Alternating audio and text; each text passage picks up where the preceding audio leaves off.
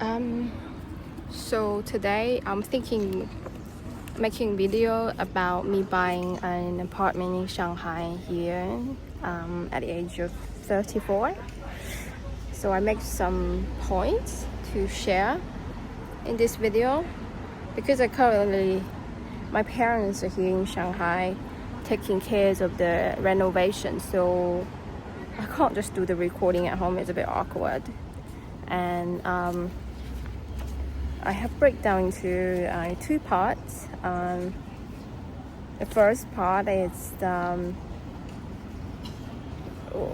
why I never thought of buying the apartment, and the second part is why I decided to buy an apartment. So a bit of background here. I moved to Shanghai in 2015 and it's been almost 11 years by August this year. And I bought the apartment back in March this year. So yeah, a little bit over 10 years I bought this apartment. The reason why I never thought of buying an apartment is first of all, Shanghai's property price was crazy. Like in the last 10 years, there was a huge bubble. So it makes more sense to rent than to buy an apartment. So here we have a simple calculation. If you rent this apartment for 30 years and the amount of rent you pay for this apartment is more than the price that if you would have bought this apartment, then you should be buying this apartment. If the rent is less, if 30 years rent is less than the property price, then you should be renting the apartment. So like 10 years ago, 5 years ago, especially in 2021, it was crazy price. So it makes much more sense to rent than to buy an apartment. Yes, that's the first reason. It was crazy price. The rental income was extremely low. The price has a huge bubble there. The apartment itself, the quality itself doesn't worth that much money. So with this reason, I think I was smart. Okay, it was a good decision. And the second reason why I didn't buy the apartment was I always thinking that I would be going somewhere else. So especially in the first 6 years, I have been dreaming to do a master degree overseas, but that never happened. I applied, I either don't get it or I think 1 year I got I got accepted, but they didn't give me the scholarship, so I ended up didn't going. So yeah, doing a master was always something I wanted to do, but it never happened. And also because of that, I was never really committed to settle down in Shanghai. But then now I have changed. I think I committed to settle down in Shanghai.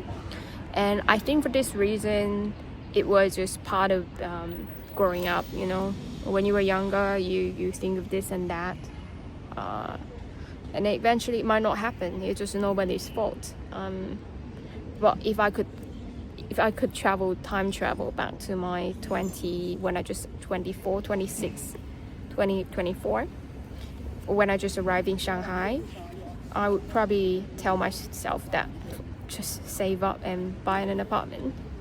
But maybe not at the price when it's crazy. So when it's cheaper. And the third reason is a very simple one. Just I simply cannot afford it, and my parents was not that well off to support me. I mean, in China, most parents help their kids with their first apartment. I know that's not something international to expect that from your parents, but I just worth mentioning that in Chinese culture, buying an apartment is extremely important. And if your parents could, they would probably do it. Most of the parents, I think. that was the first part, the 3 reasons why I didn't buy an apartment early on. And it turned out to be good though, because if I bought it early on, let's say 2021, my apartment would already half the price now, so I would lose half of the money.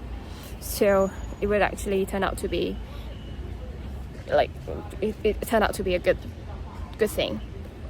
Okay, so that's the first part. Okay, now I'm gonna explain what makes me want to buy an apartment. So there are 3 major reasons, and I'm gonna just to line them down for you. So there's a timeline here. So started in 2021. After 2021, the price started to drop, and it dropped significantly in 2024 and continue on 2025. And then many of my friends, like who not from here, Shanghai, they probably from nearby city, and they started to buy an apartment. They started buying an apartment. So that was one reason. Like, you heard your friends doing this, so I would start but I didn't start looking, because I still thinking that was just probably something out of my league. I cannot afford it. I didn't dig into research. But yeah, that was on the back of my head. I know some of my friends buying them, even though I know that they probably don't earn as much as I do. Okay. And then the second reason was, okay, the apartment that I'm living now, it was actually the biggest apartment, and it's the most expensive apartment I have rent in my 11 years time in Shanghai. So it cost me 9,500 yuan per month. It's in the land house, so in those Shanghainese old houses. I live on the top floor, so there I occupy like actually three floors. So I have my cat live on the first floor, and then the living room, and I have a outdoor space like a terrace, and then I also have my bedroom on the third floor. So it's kind of, I wouldn't say it's extravagant for one girl, because when I rented it was just me for myself, but it was more than comfortable. Okay. And then my neighbor who live on the second floor, so that's the problem about renting this kind of old houses in Shanghai. You and your neighbor are living completely different life. Like, they are more like, they have one room, like on the second floor, that we call in Shanghainese culture is called a 亭子间, meaning it's very small, super small, and there they live like parents and 2 kids. And I don't know, maybe I'm overthinking, but out of no reason they decided that they don't like me, and they always like picking trouble, like saying my cats is too loud and I'm making too much noise upstairs and this and that. And they will occupy the stairs, like the public space, all of their stuff. I understand, because their room is so small for 4 people. Okay, I try not to be particular with it, but I guess I started to think it's not a good environment. So in Chinese we have a story, it's called 孟母三迁. So basically it means the mom with the kids, and then once they were living in some neighborhood, when the neighbor was not up to their standard, they moved, because we believe that where you live actually affects your mood, and then will actually further shape you as a person. So I guess it's not a very healthy environment for me. So I decided that, okay, I don't think it's a very good place, and then I probably need to move. But when I think about that, I started to look for a place that I can rent. And then when I started to look for a place to rent, I realized the price actually dropping a lot compared to 2 years ago when I just rented this apartment. So for example, I rented when the price is 9,500. Now they could probably rent it out for like 8,500 Chinese yuan. So yeah, that was another like trigger there. But still, I haven't started to look into apartments. And then the third reason was in December 2025, my sister broke up with her boyfriend, and they've been together for like 7 years. For me, I always look up to their relationship, and they're so stable. It would just never occur to me that they would break up. It was so stable, and I am someone that always looking for a stable relationship, a stable environment, you know. And it would actually really shock me. And she started to look for a place to live because they need to split and they can't leave that place anymore. So my sister started December 2025, so she moved to my place. And I'm just thinking, like for girls, if you have an apartment to your life is gonna be much more stable. You don't need to worry about anything. And it was such a, for example, if my sister handed an apartment to herself, she could just go back there. She doesn't need to worry about where to live.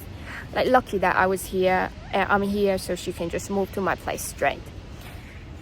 Yeah, that was just 3 reasons, and also 3 my main reason. And then to finish off this, I'm gonna explain. Sometimes I guess people from other country doesn't understand why having an apartment is so important to Chinese. It's mostly because what I understand is like we as a farming civilization, we used to deep down in our soul, in our genes, like we understand that we need to stick to one place and do the farming in order to survive. While in the Western country, you might be more of a nomadic civilizations, that you go around with your, with the cows, with your horse, so you can survive with those. So you probably more open to like renting an apartment whole your life. But I guess here in China it was just a bit different. So everyone is so stuck to the idea that I have to get an apartment. I'm happy I did, because ever since I bought this apartment, I just feel peace in my mind. Everything's completely changed. I don't care much about other people anymore. Like I don't rely on other people that much anymore. I mean, by the end of the day, if nothing works, I still have a place. I go home, shut the door with my cats. It's still amazing life that I can have. So that was just a bit of sharing with my stories about buying an apartment in Shanghai at the age of 34. I guess it's still a little bit not too old. I guess it's the average age. Okay, I guess that's it. So I would love to hear your story about stories in your country, your city, like how old is considered to be like good age to own an apartment, and then does parents help with buying apartments, and is it normal for young people to save up to buy an apartment? Like, do you have to own an apartment? Stuff like that. And I would love to just know more about this. And thank you very much for watching.